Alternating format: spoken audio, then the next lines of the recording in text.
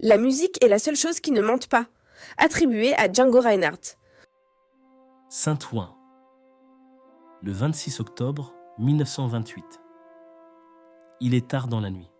Dans la zone, cette bande de terrain vague qui longe les fortifications de Paris, où les communautés manouches ont planté leurs roulettes depuis des décennies, une bougie renverse. Les fleurs en celluloïd que vend la femme du musicien s'enflamment en quelques secondes. La roulotte brûle. L'homme qui dort dedans a 18 ans. Il s'appelle Jean Reinhardt. Tout le monde dit Django. Il est déjà considéré comme un prodige du banjo dans les cabarets parisiens. Cette nuit-là, il sort du feu avec une jambe brûlée et une main gauche dont l'annulaire et l'auriculaire resteront paralysés pour toujours. Les médecins lui annoncent qu'il ne jouera plus jamais. 18 mois plus tard, il sort de l'hôpital avec une technique que personne n'avait jamais inventée. 2 doigts valides pour les solos, les 2 autres repliés contre la manche, inutile. Et cette technique-là, née d'une nuit d'incendie à Saint-Ouen, va changer l'histoire de la musique mondiale. Pour comprendre Django Reinhardt, il faut comprendre 2 mondes qui se percutent dans les années 1920 à Paris. Le premier, c'est le monde manouche. Les synthés, appelés manouches en France, sont une communauté d'origine indienne et pakistanaise qui circulent en Europe depuis des siècles. Ils vivent en roulotte, transmettent leur culture oralement, jouent de la musique dans les fêtes et les cours d'immeubles.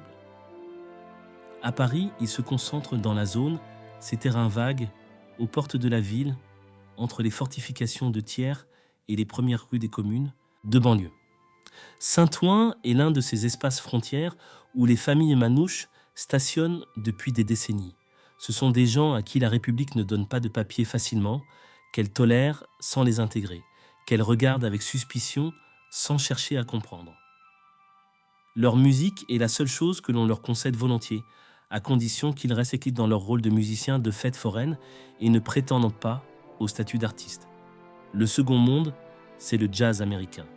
Né dans la Nouvelle-Orléans au début du siècle, porté par Louis Armstrong, Duke Ellington, Coleman Hawkins, il arrive en France dans les années 1920 comme une déflagration. Les Parisiens n'ont jamais rien entendu de tel. Ce swing, cette improvisation, cette liberté rythmique, c'est une révolution sonore.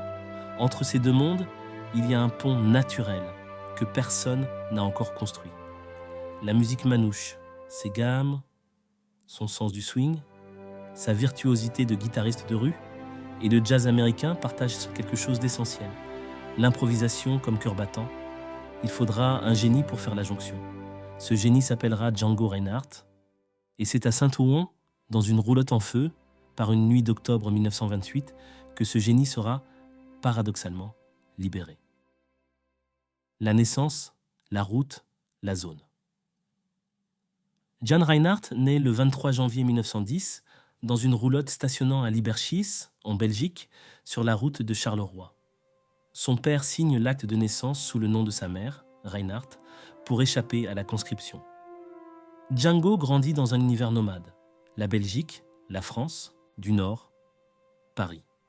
Sa famille finit par se fixer aux portes de la capitale, porte de Choisy, puis porte d'Italie, dans ce bidonville de la zone que les Parisiens de l'époque regardent de loin avec méfiance. Son prénom, Django, signifie « je réveille » en manouche. Personne ne sait vraiment comment il lui a été donné, mais le mot colle à l'homme. L'enfant prodige du banjo. À 12 ans, un oncle lui offre un banjo-guitare. Django s'en empare comme d'une évidence. Il joue dans les cours d'immeubles, dans les rues, dans les cabarets. Il ne sait ni lire ni écrire. La musique, il la capte à l'oreille, il la retient dans les doigts. Ses premiers enregistrements, en 1928, sont crédités Django Reinhardt, banjoiste, parce qu'il ne sait pas écrire son propre nom. À 18 ans, il est déjà repéré. Le chef d'orchestre britannique Jack Hilton, impressionné par sa virtuosité, l'engage dans sa formation. Ils doivent partir pour Londres. L'avenir semble tout tracé. La nuit du feu, Saint-Ouen, 26 octobre 1928. La veille du départ pour Londres, le destin bascule. Dans la roulotte qu'il partage avec sa première femme, Bella Baumgartner, une bougie renversée, met le feu aux fleurs en celluloïd, matière hautement inflammable que Bella vend sur les marchés.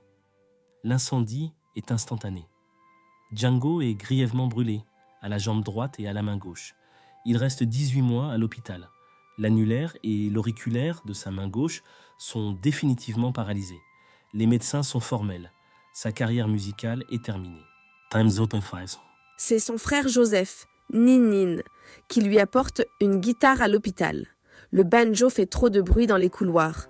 Django prend la guitare et il recommence à jouer, à 2 doigts. Ce qui se passe alors est l'un des mystères les plus fascinants de l'histoire de la musique. Contraint par son infirmité, Django invente une technique entièrement nouvelle. L'index et le majeur de la main gauche font tout le travail des solos, avec une vitesse, une précision, une expressivité que personne n'avait jamais atteinte.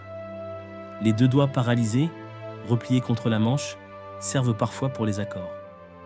Une limitation devient une signature. Il sort de l'hôpital en 1930. Il n'est plus banjoïste, il est guitariste et il est meilleur qu'avant. Le quintet du Hot Club de France. En 1931, Django enregistre son premier disque de guitare. En 1932, il rencontre le chanteur Jean Sablon qui l'emmène en tournée. Et en 1934, une rencontre décisive, Stéphane Grappelli, violoniste virtuose et fils de la bohème parisienne. Ensemble, ils fondent le quintet du Hot Club de France. Guitare solo, violon, contrebasse et 2 guitares rythmiques. Pas de batterie, pas de cuivre, juste les cordes. C'est le premier orchestre de jazz européen que l'on prend au sérieux de l'autre côté de l'Atlantique. Coleman Hawkins, Benny Carter, Rex Stewart, tous les grands Américains qui passera par Paris cherchent Django pour enregistrer avec lui. L'occupation, le requiem, la survie. La guerre arrive. Django est manouche. Les nazis exterminent les Roms et les Synthés dans toute l'Europe occupée. Un génocide que l'histoire a longtemps nommé Porajmos, le dévoré. Django reste à Paris, sous occupation, dans une situation de danger permanent. Il continue à jouer, il tente une fois de fuir vers la Suisse, en vain. Il compose, pendant ces années sombres, un requiem à mes frères tziganes, une messe dédiée aux victimes du génocide. À la Libération, il l'a fait jouer une seule fois, à la chapelle de l'Institut des jeunes aveugles de Paris. La partition sera égarée. Il n'en reste aujourd'hui que quelques mesures. À la Libération, ils retrouvent Grappelli et ils improvisent ensemble une Marseillaise qui fera scandale. Trop libre, trop jazz, trop manouche pour ceux qui voulaient une célébration solennelle. Les dernières années, la mort à Fontainebleau. En 1946, Django part aux États-Unis rejoindre Duke Ellington en tournée. Il découvre le bebop, Charlie Parker, Dizzy Gillespie et l'intègre immédiatement à son jeu. Il est l'un des rares musiciens européens à comprendre cette révolution dans l'instant où elle se produit. Les Américains qui l'attendaient, avec leur image de guitariste exotique, découvrent un musicien qui les dépasse dans leur propre langage. Il rentre en France. Il adopte la guitare électrique, une transition que certains de ses fidèles vivent comme une trahison. Lui s'en moque. Il a toujours avancé. Il vit dans une roulotte à Samois-sur-Seine, au bord de la forêt de Fontainebleau. Il pêche, il peint des aquarelles, il joue quand l'envie lui vient. Et parfois, dans des concerts improvisés où les spectateurs réalisent qu'ils assistent à quelque chose d'irremplaçable. Le 16 mai 1953, il rentre d'une partie de pêche. Il se plaint d'un mal de tête. Il s'allonge. Il ne se relèvera pas. Une hémorragie cérébrale, à 43 ans. Selon le rythme manouche, sa femme, Nouche, Nagin brûle tous ses effets personnels pour effacer les traces du défunt. Ses guitares, ses partitions griffonnées, ses affaires de pêche, tout part en fumée. Il n'avait pas peur du feu, il avait grandi avec. La chope des puces, Saint-Ouen comme temple vivant. L'héritage de Django à Saint-Ouen ne s'arrête pas à la nuit de l'incendie. En 1963, un café ouvre rue des Rosiers, au cœur du marché aux puces, d'abord chez Marcel. Il devient en 1968 la chope des puces. Pendant des décennies, les guitaristes manouches de la famille Garcia, Mondine, Ninine y jouent tous les week-ends.